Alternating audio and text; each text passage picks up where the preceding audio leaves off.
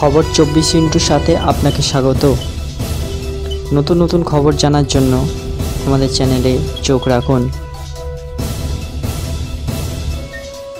নমস্কার, খবর 24 সাথে আপনাদের স্বাগত। দর্শক, জাল ওষুধ নিয়ে এবার বিহার ও উত্তরপ্রদেশ সরকারকে চিঠি দিল রাজ্য সরকার।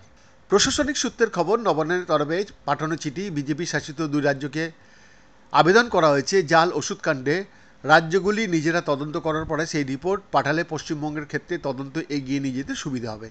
নবান্ন সূত্রের খবর, চিঠি দেওয়া হবে বিজেপি শাসিত দিল্লির সরকারকেও।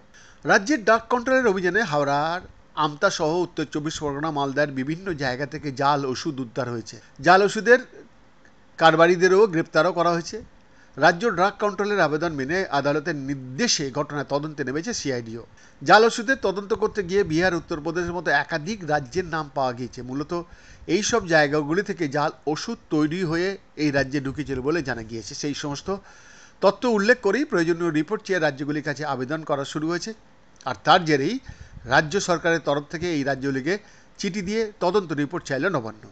পশ্চিমবঙ্গ সরকারের চিঠির পরিপ্রেক্ষিতে ওই দু রাজ্যের সরকার কী পদক্ষেপ করে সেটাই কিন্তু এখন দেখার। বৈদ্যনাথ দাসের রিপোর্ট, খবর 24।